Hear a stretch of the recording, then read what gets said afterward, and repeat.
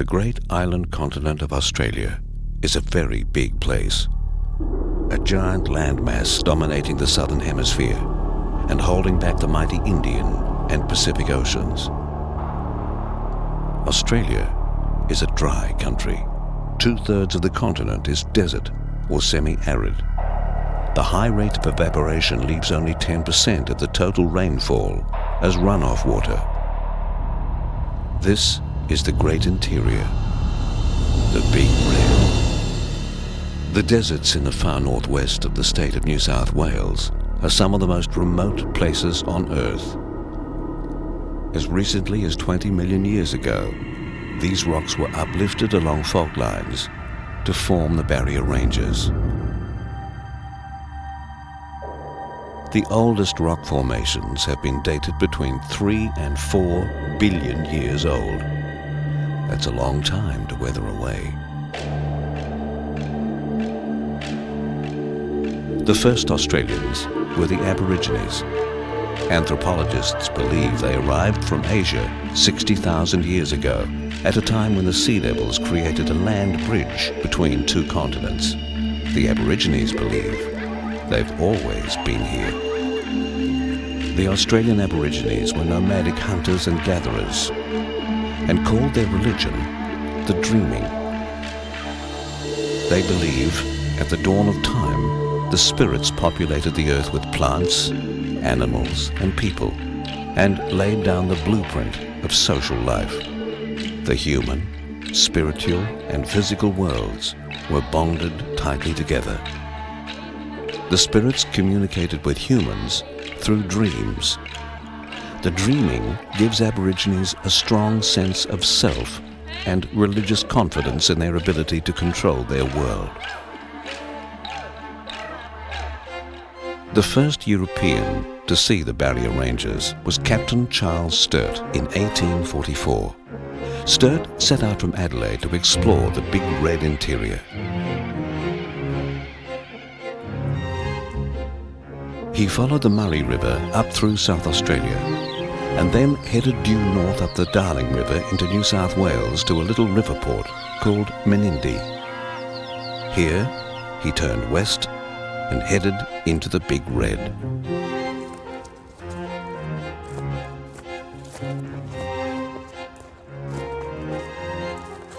Early one morning, Sturt climbed a small ridge near camp and gazed out over the plain. He was the first European to see the barrier ranges.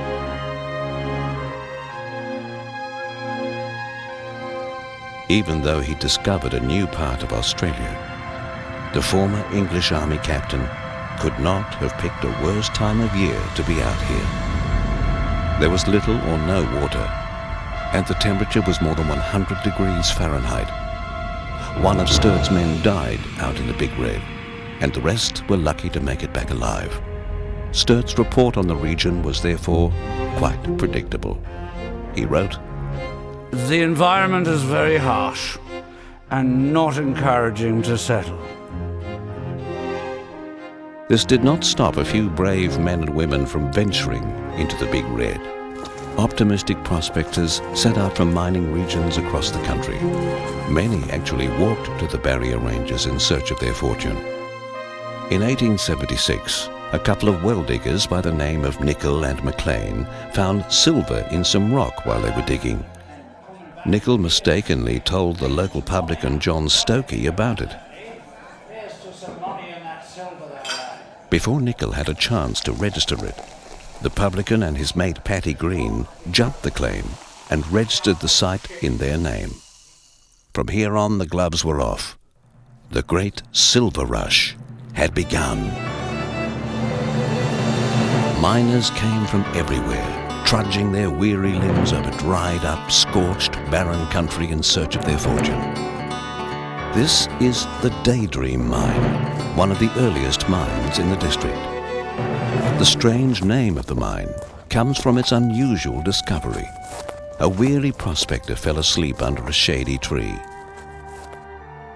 When he awoke, he could not believe his eyes. He thought he was dreaming, but what he saw was real enough. There in front of him was a rocky outcrop of silver ore shimmering in the midday sun. The Daydream mine went into full production. More than 150 miners came here to work. Conditions underground were atrocious. The air was thick with dust, and they had to work in the faint glimmer from a small candle. One man held the chisel, while the other hit it with a sledgehammer. A miner really had to trust his mate in conditions like this. After 10 hours of this back-breaking work, the Daydream miners would return to the surface and retire to these primitive stone huts. Many suffered from tuberculosis, probably from the underground dust on their lungs. They were given free opium to relieve the pain. The worst symptom of tuberculosis is the coughing fits. Laying down flat just made the fits worse, so the miners would sleep sitting up against the pile of rocks they called home. Why did they do this to themselves? The answer is simple. £2, 6 shillings and sixpence a week. In the 1800s, this was a small fortune.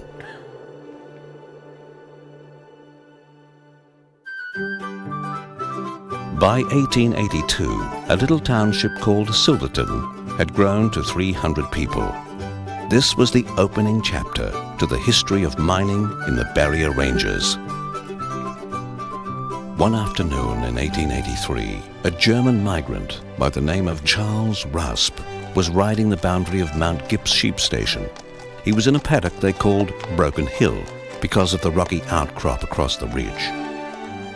Rasp was always on the lookout for minerals.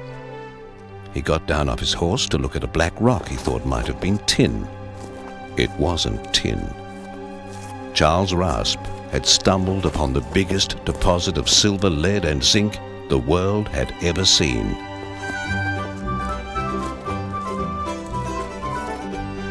Rasp formed a syndicate with his friends from Mount Gipp Station. From this point on, Broken Hill went from rocks to riches. Rasp sold out and retired a wealthy man in Adelaide. 3 years later, Rasp's little mining company was worth more than £1.5 million and fast becoming Australia's biggest export. From this day on, the line that ran north and south from Rasp's discovery would be known as the Line of Lode. On the 12th of August 1885, Rasp's former company was floated into the Broken Hill Proprietary, or BHP. BHP would go on to become one of the world's biggest manufacturers of steel. 1888 saw the great boom, and the sheep paddock they called Broken Hill was now a boom town. The deeper the mines went down, the more silver, lead and zinc they found. Even horses went underground to work. Broken Hill was now the second biggest city in New South Wales. In the evening, the people of Sydney would say, "The sun is setting over Broken Hill."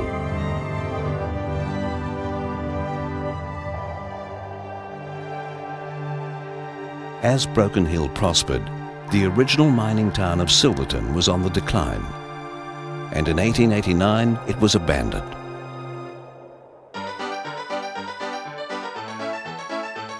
By 1906, Broken Hill's population had grown to 39,000 residents. As the wealth grew, so did Broken Hill's sophistication. Broken Hill began to develop a strong sense of permanency. You can see this in the Federation architecture of the early 1900s.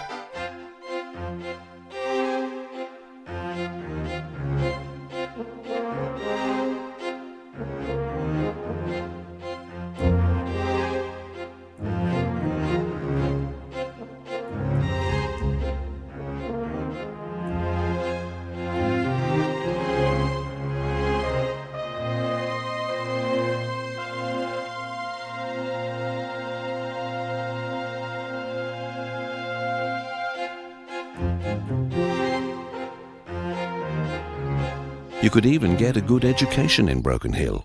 Here at the Convent of Our Lady of Mercy, the curriculum consisted of English, Latin, French, drawing, needlework, painting, shorthand, and bookkeeping. Pupils were prepared for universities in Sydney and Adelaide, as well as Trinity College in London.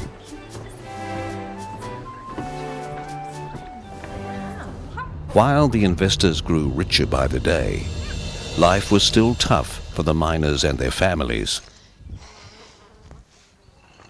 In the time we've been here, I've had 4 little ones. We've lost 2, but I'm thankful for these pair. We're hoping by the time he's grown, we'll have a little block of land so he won't have to go down to that dreadful mine. What dreadful mine? But we're thankful. We're thankful for the work and for the food. Water. Water's another problem. It's dreadful. It's cheaper for Charlie to go down the pub and get a shot of whiskey. Often on his day off, Charlie might go out rabbit shooting, get a bit of extra meat for the pot. This dust gets into everything.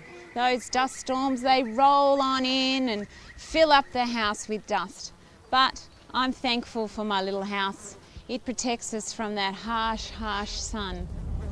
If I hear a rumble, I spend all the day looking up to the trades hall for that black flag.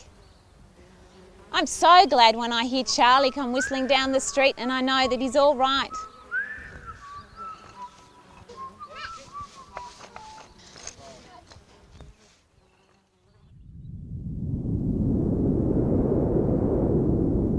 The dust storms grew bigger and bigger as all the trees in the area were cut down for support beams and fuel for steam engines. The topsoil in this desert region was on the move. Something had to be done about the dust. In 1936, a man by the name of Albert Morris stepped forward with a plan to revegetate the land around the city. Albert and his wife Margaret began planting local species. Many of the citizens joined in the ever-growing band of enthusiastic workers. Unfortunately, Albert Morris died at the age of 53 before he was able to see the major impact of his experiment. His idea had worked perfectly, and the dust began to settle. His wife, Margaret Morris, a keen ecologist and self-taught botanist, continued her husband's quest. Today, the city has continued Albert and Margaret Morris's work. The revegetation zones he created are still growing strong. A 71-kilometre green belt of native trees and shrubs now protects Broken Hill. The Broken Hill City Council has taken this a step further. Under the direction of horticulturalist Jeff Brayshaw and head ranger Darryl Ford, the council has developed an area they call the Living Desert.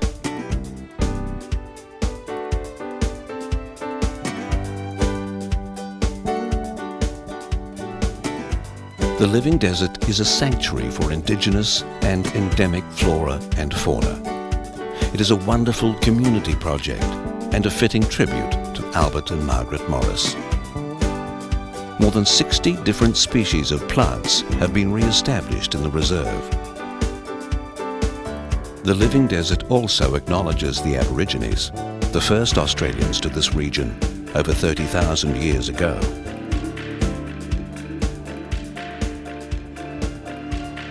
Along the cultural trail, Aboriginal huts display life as it was back in ancient times.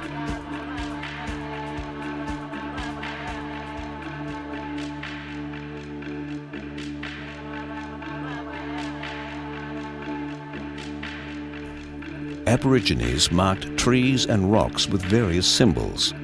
This helped them to remember good hunting grounds, places to shelter, where to locate waterholes, and places of spiritual importance.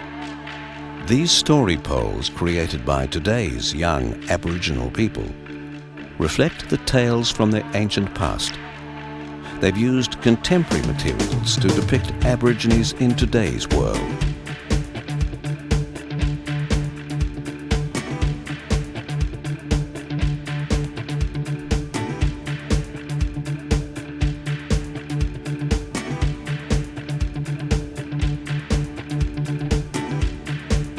This is Jared.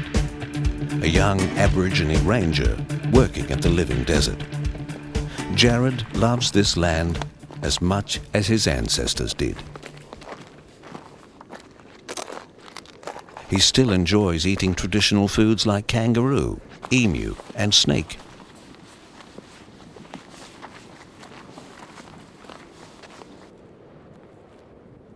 Jared has found an outcrop of quartz.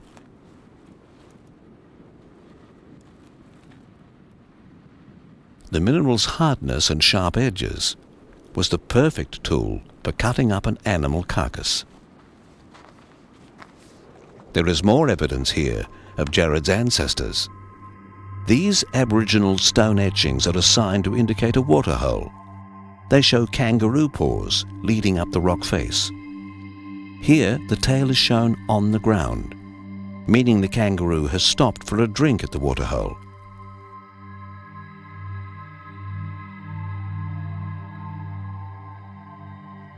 These ancient rock carvings date back 30,000 years, and the reason we know this is just over here. These ashes here have been dated back to over 30,000 years ago of Aborigine fireplaces, and they're heritage to the place, so yes, over 30,000 years old. Kangaroos and wallabies, one of the main sources of food for the Aborigines, were almost shot out of existence by the early Europeans for their meat and fine pelts. Today, the living desert has successfully reintroduced these beautiful creatures back into the land where they belong. These wallaroos roam free in the sanctuary. Come on. However, they do enjoy Daryl's evening smorgasbord. Come on. Quick, come on. Come on, what are you doing? Come on.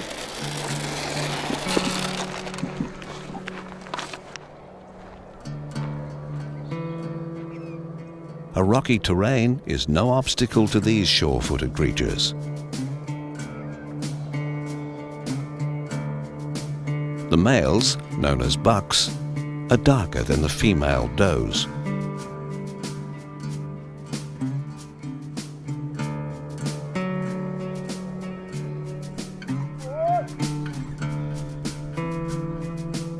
Female kangaroos and wallabies have a remarkable reproductive system. In times of drought, her system virtually closes down. As soon as a bit of rain comes along, she becomes fertile again, like the young green shoots brought up by the rain. A female kangaroo can be raising 3 offspring at the same time. A fetus in her uterus, a young joey in her pouch, and a toddler hopping alongside. She even produces 2 types of milk, a high-fat protein milk for the babies and the low-fat version for the older ones.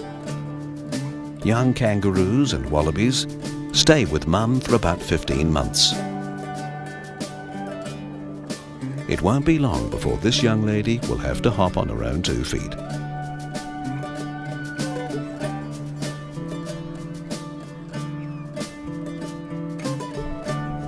Sometimes the youngsters are too frightened to come down from the rocks and sit patiently waiting for mum to return.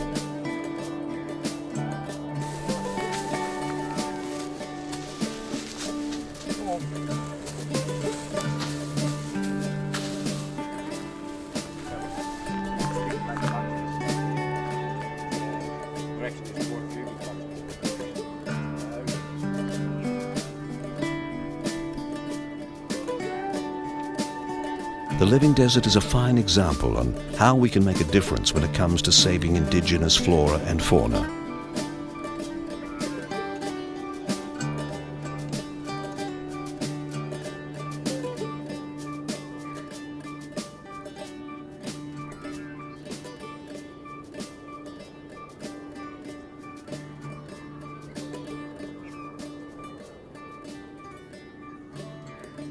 If you walk the barrier ranges of Broken Hill, and the barrier ranges extend a considerable distance, maybe 80 kilometres north, northwest, you wouldn't think there's many endemic plants to look at of different species and genus. However, just in the area we're standing, there's up to 60 different species, ranging from acacias, eremophilas, ground covers, copper burrs, and of course our magnificent wildflower displays of our sturt peas, and many understory plants. It is really an experience to walk the ranges once you're a little familiar with the plants that you're looking for. And this is what the Flora and Fauna Sanctuary offers: identification of plants, a plant list, so if you're a novice you can follow your way around and you can educate yourself on our endemic flora. The Living Desert is a fitting tribute to Albert and Margaret Morris and the Broken Hill volunteers back in the 1930s. They will go down in history as some of the first greenies the world has ever seen.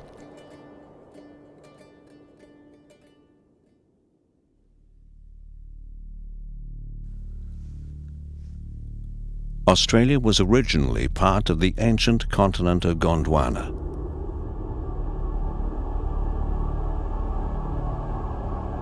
Gondwana and Antarctica broke away from the supercontinent in the Jurassic period 200 million years ago and slowly drifted south. This huge island continent is unique in many ways. Australia's isolation has created a diverse environment. Everything is different in the land down under. Life in the southern hemisphere is the exact opposite to life in the northern half of the planet. It's cold in May and hot in December.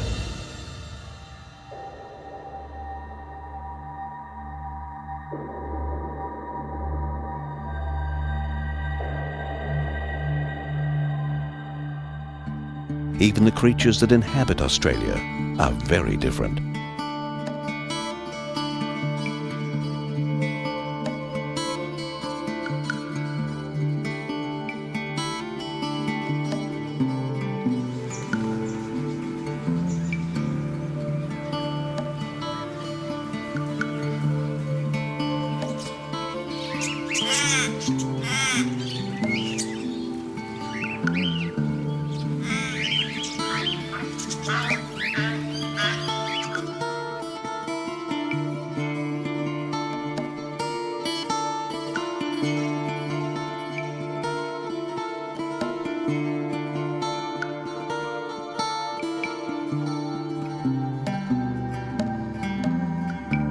Australia is a big place.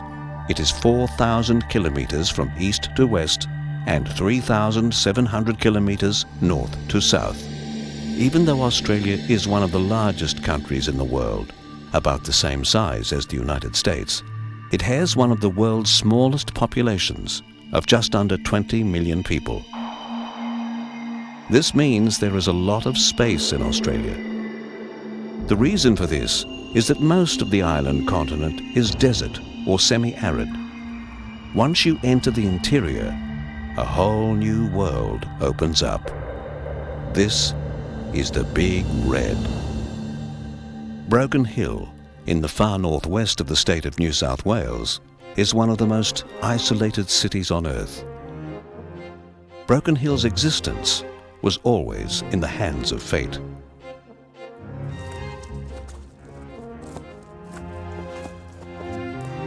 It took a brave man by the name of Captain Charles Sturt to explore the great interior in 1844.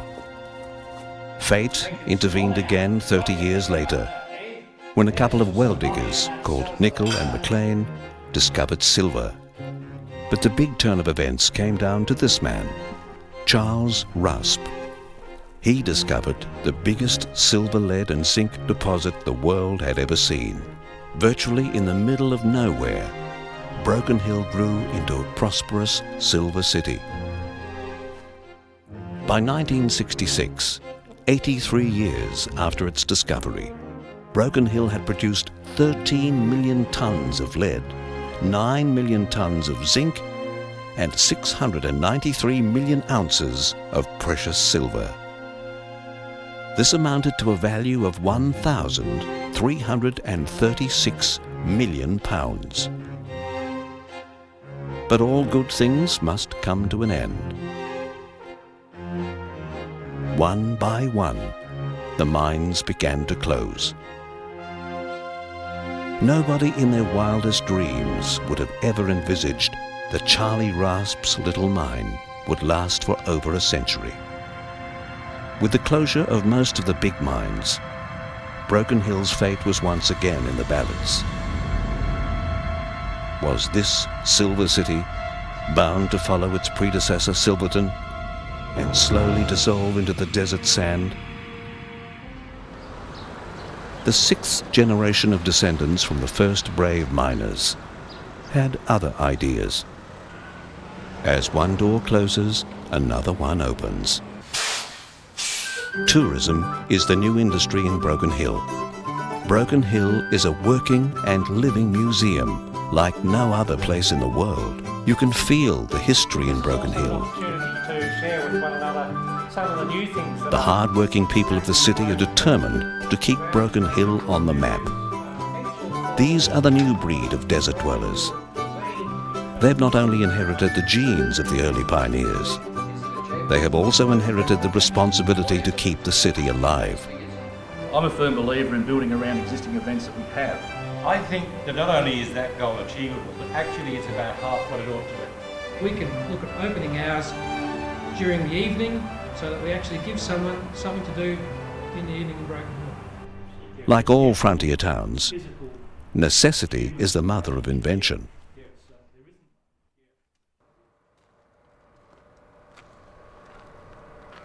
Visitors from all around the world come here to experience what it's like to go deep underground. Anyway, this is going to be your tour. I hope you all enjoy it. If you want to know anything on the tour, by all means ask questions. I'll get you to go right down the back of it, turn around. Richard Murphy, back to me, or just Murph to his mates, spent his working life on the Broken Hill mines. To be a Broken Hill miner, you have to be tough. It's all hard work underground. Hey, Roo. Have a happy day. Cut it out.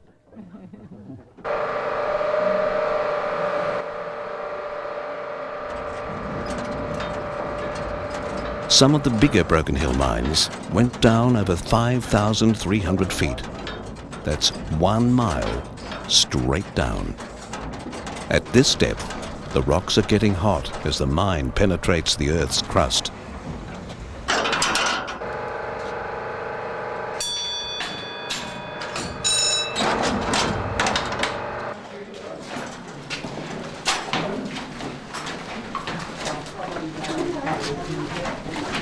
I was born in this country.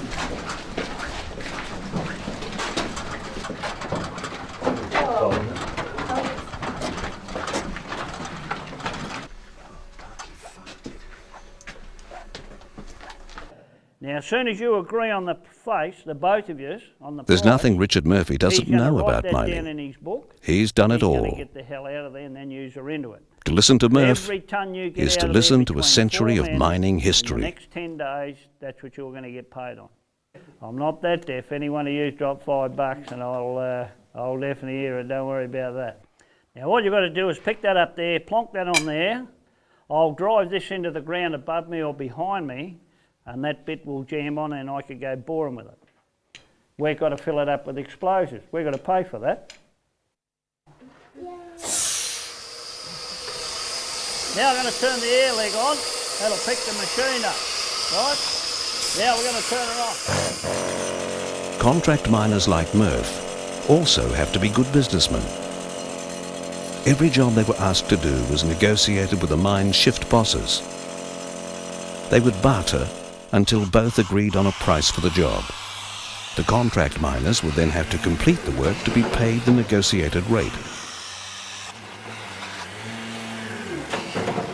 In fact, contract mining was a very fair system indeed, but it wasn't always that way.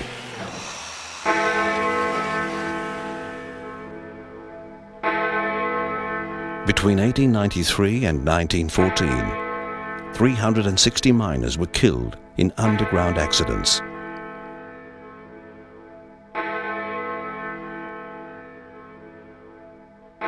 The wealthy mine owners didn't seem to care about the plight of its workers, and it wasn't long before the miners had had enough.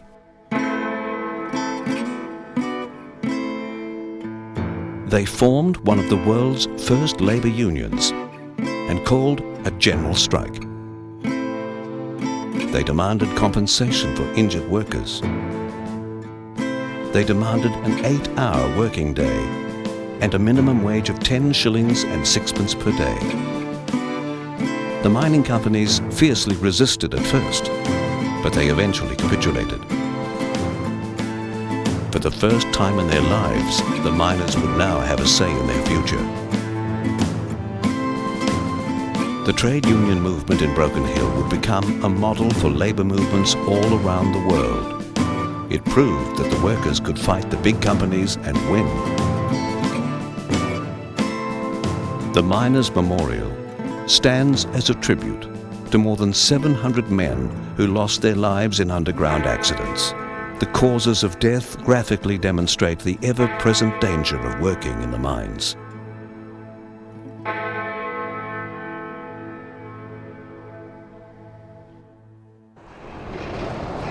Out of the dust and the desert, another new industry has emerged in Broken Hill: art.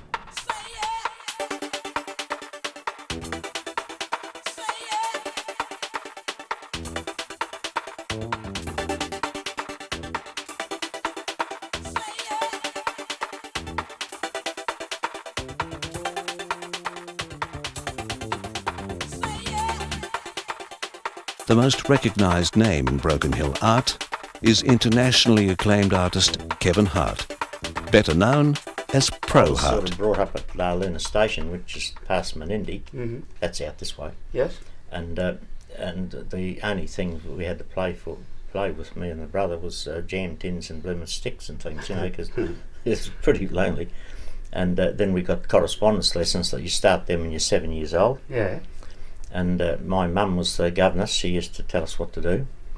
And then I used to illustrate what I was writing about, because I'm a useless coot as far as writing, you see. So I used to put illustrations on and the teachers used to encourage it, because they could see that I had more hope of explaining myself with drawing than I could with writing. Written copy. Yeah. That's how I started. And was it a good grounding for you? Oh yeah. What sort of things did that teach you? Everything. You know, I just taught myself. You know, and then I was racing motorbikes most of my life, and you know, you're pretty useless at it. But I used to do all the crashes and prings. I'd sketch them up. But that was good training, because that was drawing figures, and that's why I paint a lot of figures in my work, because I've had years and years experience drawing crashes and blokes' parties and things like that, you know. And you're not you don't call yourself a landscape artist. You're a person artist. Yeah, not landscape. No, they horrify me. Yes. Yeah. So many people love your paintings because of the landscapes that they're setting. Well, because you know, when I was first started painting, I was painting people, but they had to be doing something, and they had to be in that sort of environment. That's where I was in, so I drew it, sketched it. And the light and the oldness of this country out here, is that has to be an influence on you, that red and yellows of the... Oh, well, I exaggerate the colours. That's to make people take notice of things. So, and that's an artist's license to exaggerate what's there, you know. And how old are you now, Kev?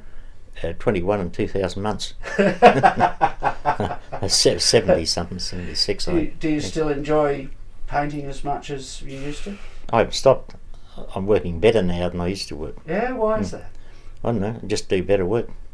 Do you think it's because of many years' experience, or are you just you're finding new fields all the time? Well, I'm not scooting around the town on motorbikes like I used to, so I've got a bit more time, you know. The art scene could get really big here. There's a lot of keen people around here wrapped up in the art scene. Good exhibitions. I think Broken Hill's going well. There's plenty of things going on here. And I don't think the real mining lode has actually been touched. And what about your future? Which areas do you think you'll go in? You'll still invent things? Oh yeah, well, painting's inventing. You know, I've got new techniques coming up all the time. And oh yeah, I think I'll be still going and. Another 25, 30 years? 3 or 4 weeks time. No, yeah, I'll be going and keep going. Yeah, I've got a lot of stuff to be done yet. There's too much work to be done. Yeah.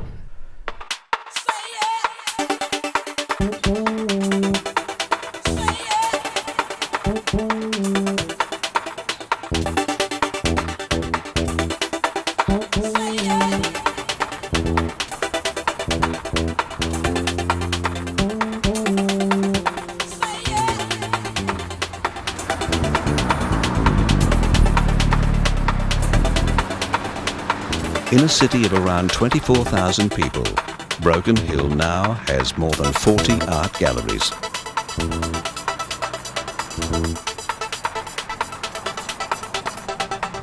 To capture the landscape of the Big Red, you need to paint a big picture. This magnificent panorama by Peter Anderson is the world's largest acrylic painting on canvas by one man.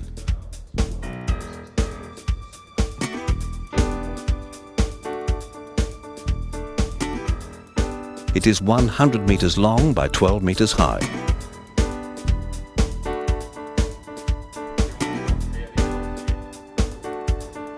Peter doesn't do things by halves. This giant landscape was Peter's practice run for the bigger picture to come.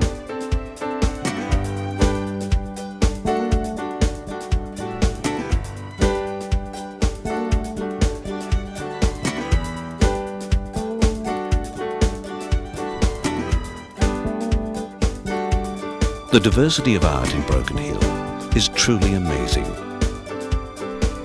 Local artists have developed many unique styles and techniques, each as individual as the scenes they depict.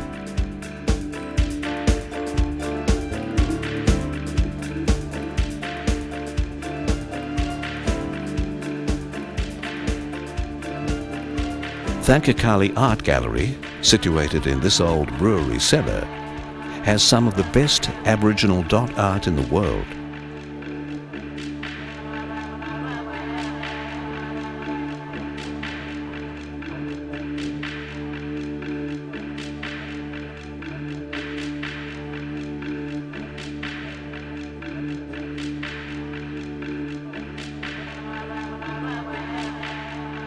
Thankakali Aboriginal Corporation administers the community development, employment and training opportunities for Aboriginal people.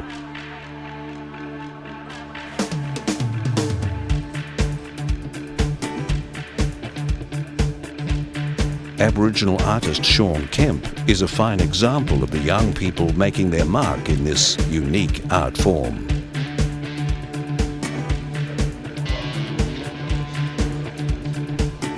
Sean's theme in this piece is centered around a waterhole with paths leading to campsites.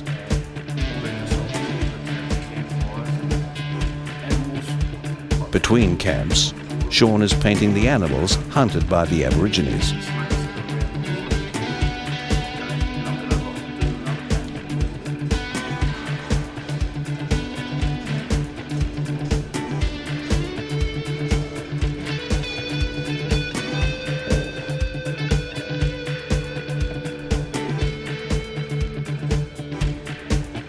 Fellow artist and good friend Sione is creating his art on this emu egg.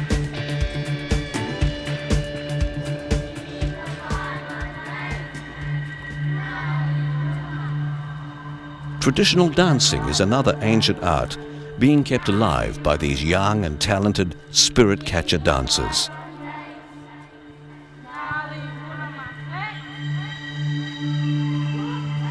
Dance and music are used by tribal elders to pass down information about hunting and gathering to the next generation.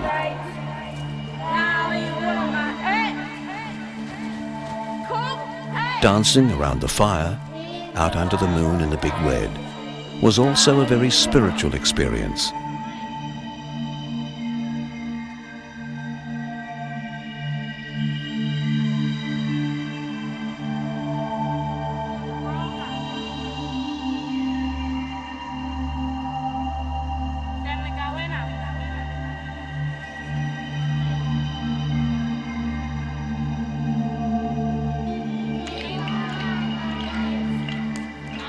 The simple beauty in the faces of these young Aboriginal dancers reflects the free and easy life once led by the first Australians.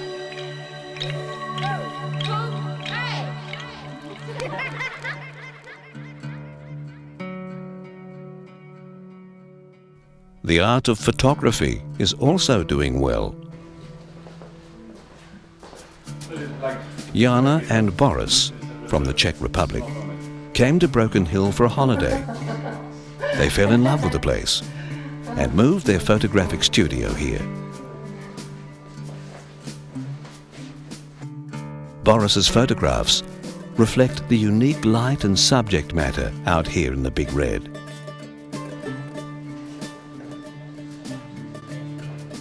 Art is everywhere in Broken Hill.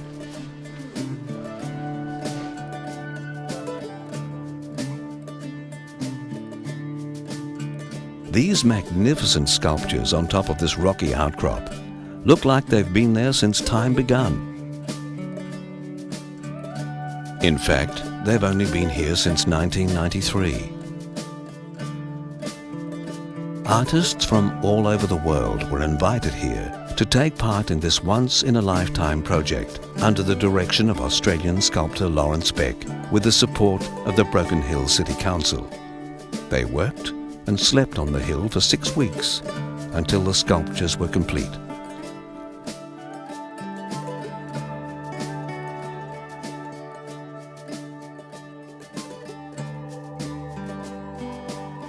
At sunset, this is truly a magnificent place to be.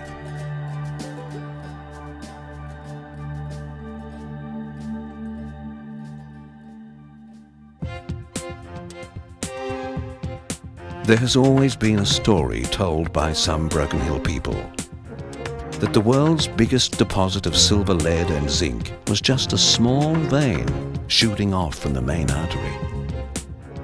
This may be true, and exploration still continues in earnest throughout the Barrier Ranges.